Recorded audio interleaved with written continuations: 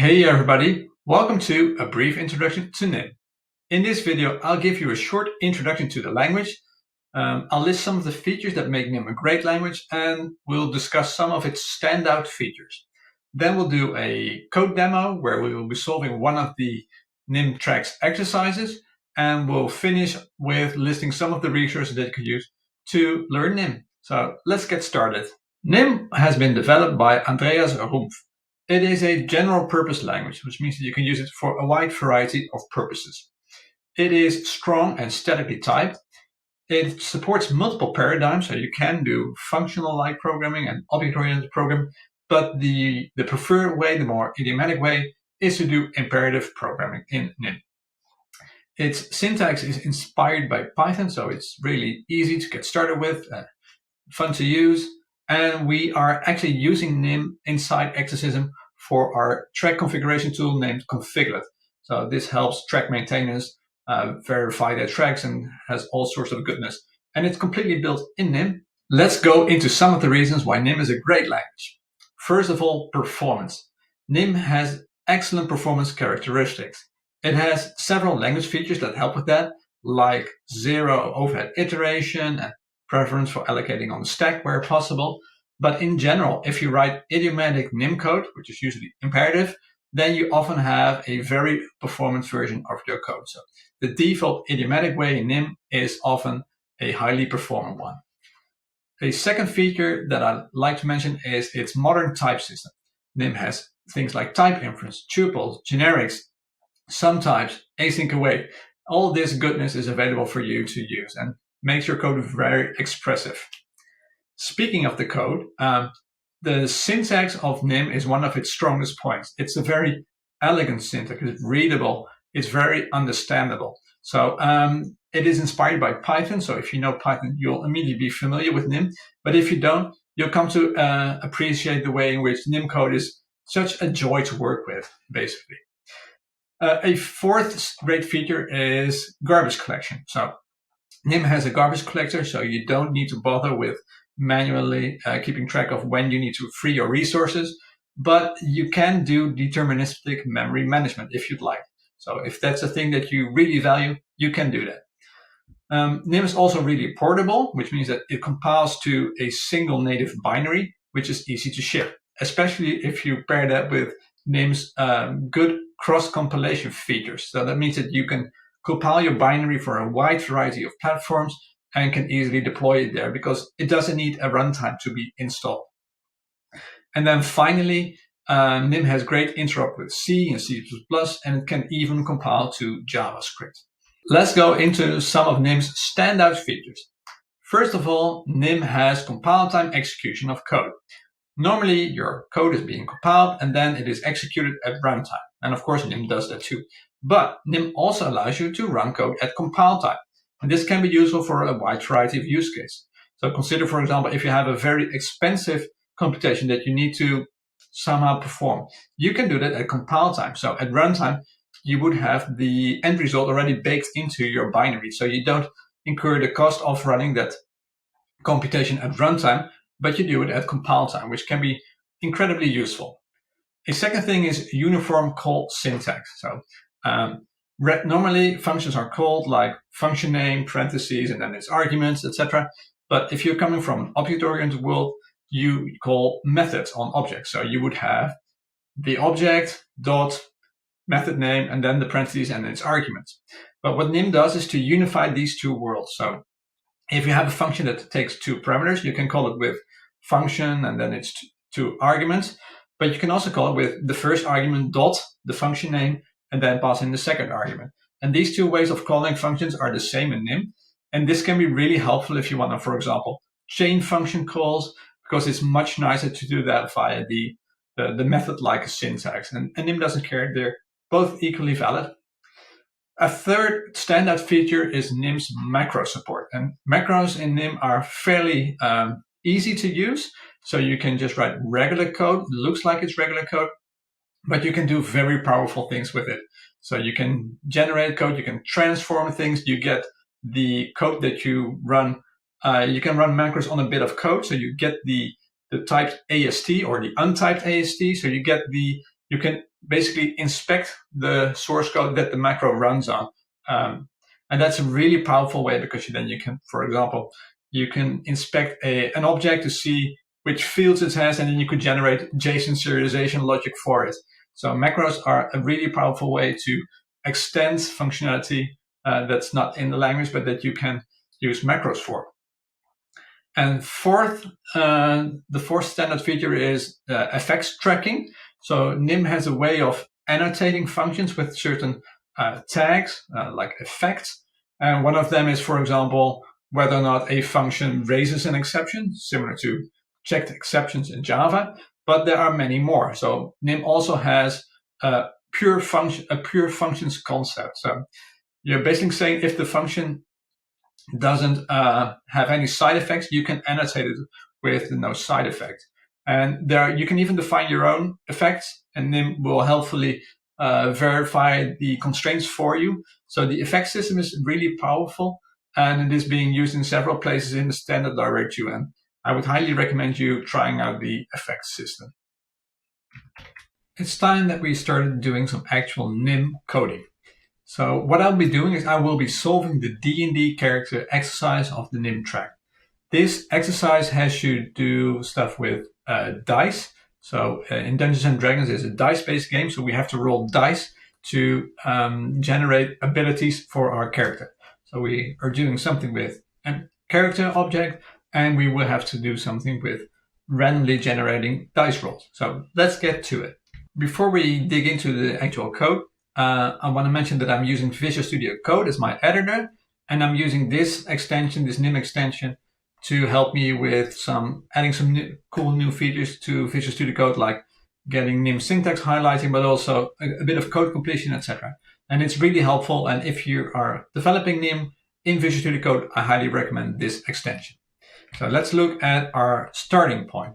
So we have a single type. The type's name is character, and it has a single field strength. These star things after the name mean that they are exported from this file. So other files can use it. And this means that we have to do this because our test file will be using this specific type and will be using this field. And you can also see that if you omit this, you could have information hiding, because this field can only be used within this file and not from other files. Then there is a procedure ability. It doesn't take any parameters and it returns an integer. And this will simulate us rolling dice and generating a random ability. There's a second procedure called modifier. It takes a number and it returns a new number. And this is encoding the D&D rules of modifiers, where if you have a 10 or an 11, then the modifier is 0, a 12 and a 13 modifier +1, etc., etc., etc. So this is what we will be doing in this modifier procedure. And then the final procedure is init character, which also doesn't take any parameters, and it returns a new character with random abilities for all of its fields. The first thing that we need to do is we need to model the abilities as fields in our character object. So we already have strength, but we need more. We need dexterity, we need wisdom, we need charisma, we need constitution. Oh, I always mess that up. We need hit points. And what's the sixth one? I sort of forgot, so let's run the tests. Oh, it was intelligence. How very apt. I forgot about intelligence. So we now have all our abilities. So we should get different failing tests. Yeah, we do. So the failing tests are now all about these other procedures. So let's implement those one by one. Let's implement the modifier procedure. The modifier procedure takes an ability score, which is an integer, and it returns the modifier as an integer. And the logic is that you subtract 10 from the ability score and divide by 2 and round down. So let's implement that. So the first thing that we want to do is do n minus 10, then we divide by 2. But we get a squiggly because we get a float. The division operator by default returns a float, so we need to somehow handle that. But first, let's do floor because we want to round down. that will still return a float. And we can then convert to an integer by wrapping it in an int. And that will compile to help us not get overloaded by the other tests I've commented them out. So let's run this. And this works. So we have passing scores for everything. This is somewhat ugly though, but there is a better way. So we can import std/math, and this is, there is a function there that's called floordiv. And if we remove most of the unneeded calls, we can replace it with this single call. And if we hover over floordiv, we get a nice explanation what this does. It's basically the same as floor, x divided by y, and then convert it to an integer, round it down. So we'll run our test, and now we have a working ability score. The second procedure that I'd like to implement is the ability procedure. That procedure doesn't take any parameters and returns an integer. And the logic is that an ability is generated by rolling a 6-sided dice 4 times and then discarding the lowest value. So there's a couple of ways in which we can do this, but first we're dealing with random. So we have to import the random module. So we do import std/random. We could click on this, and then we get a nice documentation overview. And you can see that there's a thing called runnable examples, which is something that can be actually run if you'd like. So it says that we have to call randomize once to initialize or see the random number generated. Otherwise, we get the same results every single time. So let's close this one, and we'll call randomize before we do any calls to random functionality. So now we need to roll 4 times. So we could model this in a wide variety of ways, but let's start with defining a variable rolls. And that one is a sequence. So new sec of type integers. And a sequence is a list that can be, or a collection that can be resized. So you can add elements to it. It's not static. So that's exactly what we want. So now we need to do this 4 times. So what we could do is we could do rolls.add, and then we have to generate a random number. So there is a rand function with a lot of different overloads. There's one that has a maximum value as an integer, and this is inclusive. So this will generate 0, 1, 2, 3, 4, or 5. And we need our values to be from 1 to 6. So we do rand 5 plus 1. We'll copy paste this 4 times, and we'll get to some pretty good code. So now we have 4 rolls, random rolls, but we still need to discard the lowest value and sum the top 3. So for that, we can use the math module that we imported before. So we're going to do sum of rolls minus the minimum value of rolls. And this should be giving us the correct value for the random ability. So we're going to enable that test, run it, and the test is passing. So we have correctly defined a way to modify to generate a random ability. We're going to tweak this in a bit, but for now, we'll leave it like this. The final procedure that we need to implement is init character, which should return a new character object with random ability value. So we can reuse what we already have. So if we look back at the character object, there's a ton of different properties. I'm going to cheat a little bit and copy this one here. So to create a new instance of the character, we do character open parentheses. We move the close parentheses to here.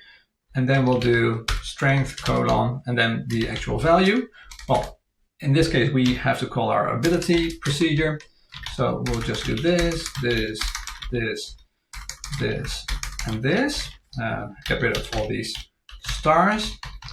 And then there's one thing left, which is the hit points. The hit points are defined by having a base value of 10 plus the modifier of the constitution. So we need to have this constitution value in a variable. So we can do var constitution, I messed it up again, this ability, and then we say, hey, constitution is this, and hit points is 10 plus the modifier for the constitution. We got some error because we forgot to add commas. So that should clean that up. And then we have to enable some tests again. So random character is valid, run it, and we get all passing tests. So you might as well enable all the other tests just to see if this is all valid. Yeah, so it is. So we now have a way to create a new character with random abilities. I think it's now time to do some refactoring to show off some of NIM's features. So the first thing that I would like to note is that this modifier procedure actually is completely deterministic. So the input parameter determines the output result, and there are no side effects. So we don't output anything to the console or anything like that. In NIM, there is a difference between procs and funcs. So if we change this to a func, that will signify to the NIM compiler that this function doesn't have any side effects, that it's a pure function. So everything still works. And you might be wondering, what did we gain? Well, we gave the compiler some additional information about this code, which means that it can apply certain optimizations. And it can also protect ourselves from doing side effects. So if we do echo Erik, this isn't possible because now it says, hey, modifier has a side effect, and that's not allowed for functions. So remove this, and we can see that changing from a proc to a func gives us a way to model pure functions and to enforce that even. So that's a very powerful thing to do. A second thing that I don't necessarily like is this this duplication. So we could change it to a range. So we could say for I in 1 to 4 do, and then we'll do this. We have to indent things. So this should still work. Let's run it. So we've changed our repetitive code to use a sequence, and this is a range 1 to 4. So it includes 1, 2, 3, and 4. So this is a shorter way of handling the same thing. We could make this be an underscore because we don't need it. Might be more clear, whatever your preference is. We could even do something better with the rand call. We're now having this ugly +1 call, but there is an overload of rand that takes a range. So actually, our domain says a random roll from 1 up until 6. So we can say, give me a random number in this range. So the range is now 1 to 6, run it again. And this better complies to our domain. So this is a better way to do this.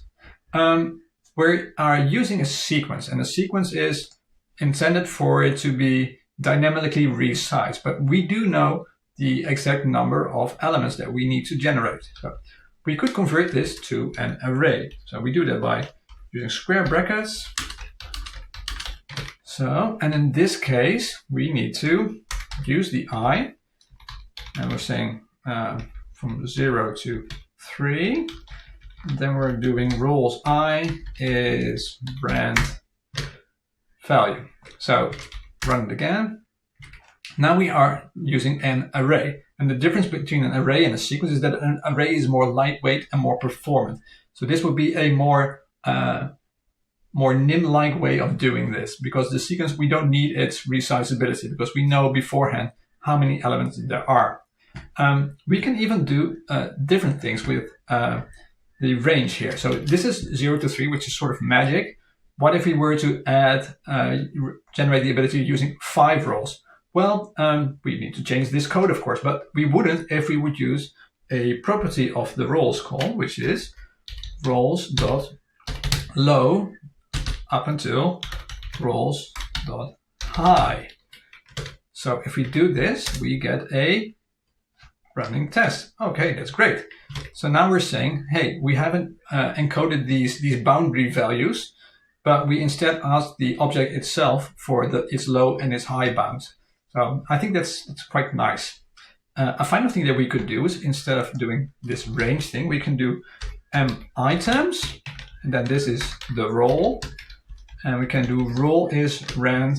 So items gives you back like a mutable version of one of the elements, so you can just assign a value to that element, and it's basically equivalent to what we previously had, but in a more nicer way. So we don't need to bother with any of the indexes. So this would work if we would expand the array too. So I quite like this.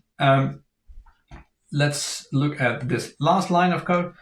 This is idiomatic, but if you so choose, you could write this as roles.sum or roles.min, which is the uniform call syntax. Should still all work, and you could even omit these parentheses if you'd like. I think this is most idiomatic, but it's good to know that it is allowed, so you could do it like that. The final refactoring I'd like to show you is that we're using a var here, and var means you can modify the value. So we're going to say constitution equals 10. That will be totally fine. However, if we change this to let, this suddenly becomes a compiler error. And let is making this an immutable value. So if you want immutability in your code, you can use let for bindings. Let's go over some of the resources that you can use to learn nim. First of all, you can learn nim on the nim track on Exercism. It has about 70 exercises, and these range in a wide variety of topics and difficulties. So there's a ton of stuff there that you can use, and I highly recommend you trying out the nim track. If you want to get started with nim, the nim tutorial is a good place to start out with. It goes through the basics of nim, and it really helps you get that basics under your belt.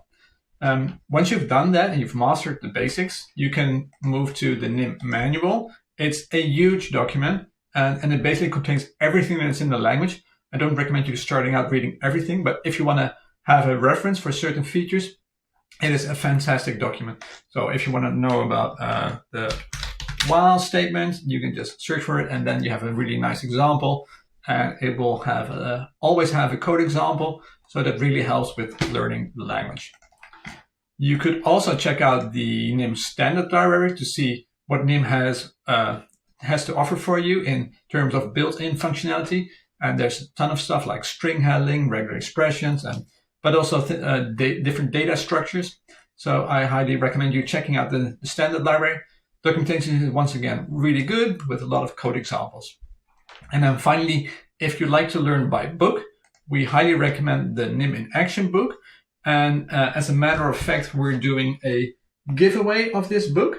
So if you are participating in the 12 and 23 challenge and you solve 5 exercises in the nim track, let me know in the comments and I'll put you on the list.